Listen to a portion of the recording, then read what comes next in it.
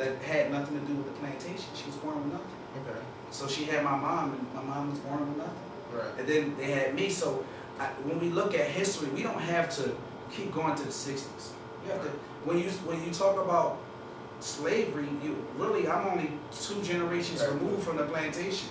I'm only 2 generations myself moved from the plantation. Right. And I'm not in my 50s, I'm in my 30s. Right. So you can imagine how close we are to that economic slavery, right? Because I now, using FamilySearch.org, I know the family that enslaved my family. Okay. I know that they have that same business that's prospering. Okay. All right. So the question about reparations become a question about your individual family and unpaid wages, and you can see the family that's benefiting from your family's work, and then you can make a decision to, I think, follow suit if you want to. So for me, I look at things differently.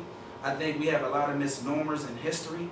I think everyone is trying to skip the crack generation because it was so embarrassing. Yeah. They arrested our men with the crime bill, so for petty drugs, for petty drug deals or petty crimes. They would spend 5 and 10 years, and so it's a lot of things. And when you talk about absent fathers, that story doesn't exist now, right? Right. My dad had to deal with the crime bill, yes. So if we're talking at 2000, okay, absent fathers, yeah, that was a problem. But as you see now, fathers are there. All the research shows that African American fathers are more involved, or just as involved as any other race. So it's so much that we can talk about from a perspective of history, the misnomers of history, the way they want to block out people who are from the crack generation. They want to only highlight the people that are involved in entertainment. I think a lot of successful people end up dealing with entertainment because that's almost like the only arena that accepts a personality like myself. Right. So so I know I went a little far. I know I went a little rant, but I was about to say you definitely touched some key points. I wanted to some of those points though. I definitely did want to. I wanted to use some of the information that I've studied and some of the things that I've researched and some of the things that I've been watching recently. So like one of my favorite shows. I said I don't get free promotion, but rest in peace to John Singleton. I've been watching this show called Snowfall. It's really good. I watched all 3 seasons. And on that show, literally, it depicted how people didn't know what crack cocaine was, but they actually show how it was developed. Then from that show, they also show how people didn't know what they were doing. Like they just thought they were just smoking, like how you said. They literally thought they were just smoking something that could be similar to weed. And then from that part, it became an addictive thing, where they're saying once you get on the rock, once you hit it, it's over. And one time, that's what they say. And I was even watching Freeway Ricky Ross. I've been watching a couple of his interviews, and his interview, he was even saying that people after like 94 or 95, my generation, kids who were children in the 2000s and things of that such, we saw people as crackheads. We didn't see people become crackheads. And I think one of the things about the generation that was previous before mine is that you guys actually saw people make that transition from being workers, being a family, being whatever the case may be, to actually being on the streets, robbing people from TVs to get money for crack, things of that type of sort. So I always say that's something. That time period was definitely one of those time periods. But out of that time period, one thing I can say that has affected the country and has actually moved us in a positive light was a lot of black educators that came out of that. So when I talk to my parents or when I talk to my grandma, they say they didn't have a lot of black teachers. They maybe had black NTAs, maybe black lunch ladies. I was blessed to have teachers who looked like me to be able to give me certain knowledge and to give me certain tools that would, I would say, help advance me, but also help open up my mind to just the 10 or 15 blocks in the neighborhood and things of that sort. So, like I said, even though we both millennials, we come from different generations on the behalf. So, I'm always blessed to learn from different people on that part. So, that's pretty much my take on that. And so we talked about the civil rights and the black power and the transition to the crack epidemic. And I want to go full circle now. So what can be next for our people? as far as and when I say our people, I definitely mean Black, African American people, Latino people. I want to see people who are economically disadvantaged to be able to get out of that discomfort and basically have their economics be able to grow.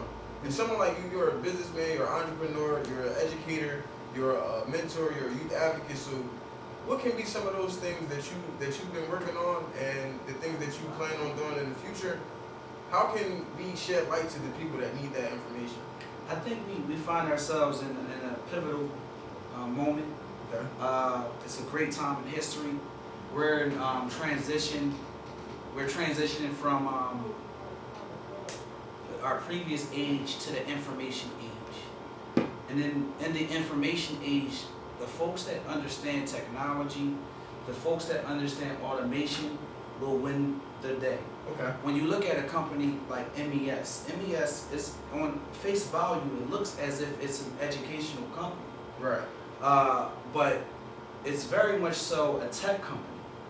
We use the internet to staff our teachers. We use the internet to process payroll. We use the internet as a communication tool. Okay. And as a millennial, I was able to use the internet to free myself from poverty. So more people will become, I would say, and I don't want to, I guess I have to say it, things are going to get worse for a lot of people. Okay. Just because with having automation, you know, have you been to a Walmart lately? Yeah, they have the self-checkout, just one worker. I was about to say, you know how, so my viewpoint on what you just said, I think that is true. We will have less people working at McDonald's and Walmart and things of that sort. But you know, to fix that problem, see, this is one of the things that I've been researching, and the things that I need to, this is my goals that get pushed forward. After you graduate high school,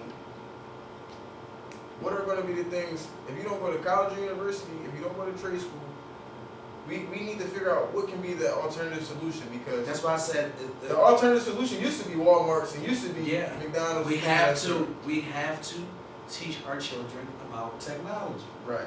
You have to use social media and things like this as a attention getter for income, right?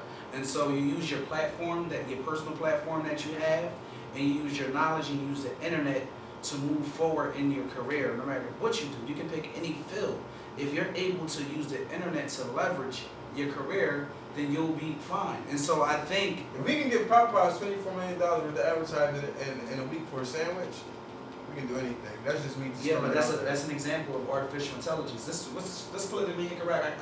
Can I talk freely? We can talk freely. Not too much. Maybe not too much cursing on this one. But no, I'm not going. I'm not going. Right. So what I'm saying is the Popeye situation is an example of artificial intelligence. Okay. Right?